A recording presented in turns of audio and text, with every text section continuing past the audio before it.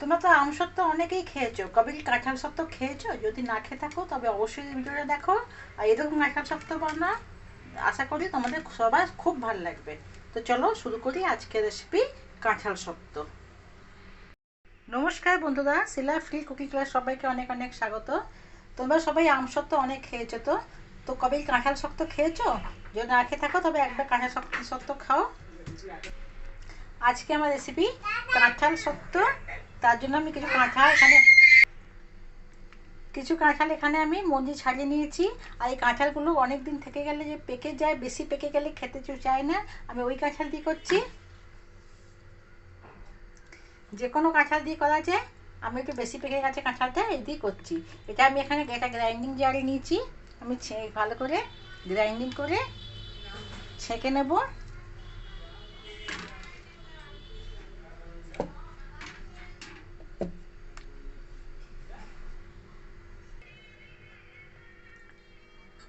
এটা আমি ভালো করে বেটে নিয়ে এতে আমি ছেঁকে নিয়েছি। এরপর এতে আমি চিনি, লবণ আর লঙ্কার গুঁড়ো স্বাদ অনুযায়ী দিয়ে দিলাম। চিনি একটু কম দিয়েছি, এই কাঁঠালটা প্রচণ্ড মিষ্টি। ভালো করে মিশিয়ে দেবো।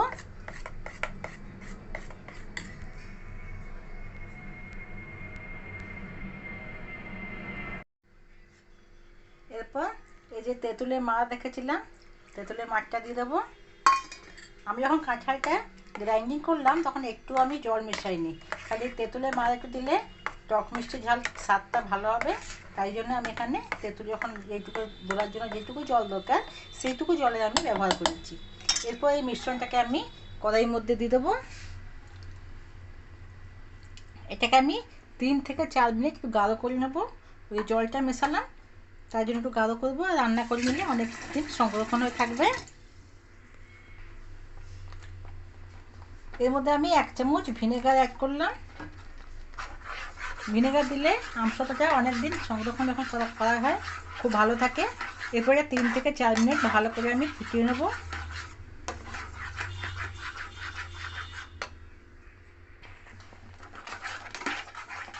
তিন মিনিটে আমি ভালো করে ফুটিয়ে নিয়েছি, ভালো মতো রান্না হয়ে গেছে কাঁঠালটা।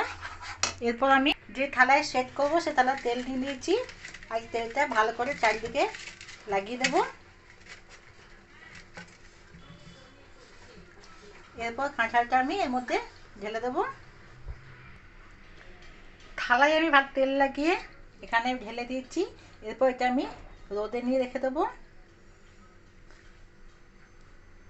রোদে নিয়ে রাখার পরে আমি কতদিন রোদে রাখলাম সেটা আমি পরে বলছি। এখন নিয়ে আমি রোদে রেখে দিই।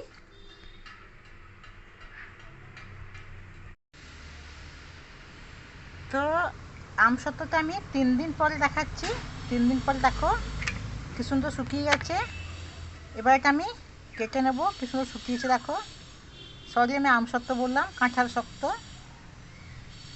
কি সুন্দর শুকিয়েছে। আমি কেটে এবার এটাকে আমি পিস পিস করে কেটে নেব।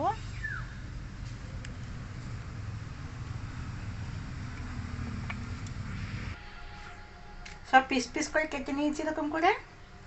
এরপর জিরে রোস্ট করে রেখেছিলাম, ভেজে রাখা জিরে গুঁড়োকে আমি অল্প একটু উপর দিয়ে দিচ্ছি। তো রেসিপিটা কেমন লাগলো অবশ্যই কমেন্ট জানাবে।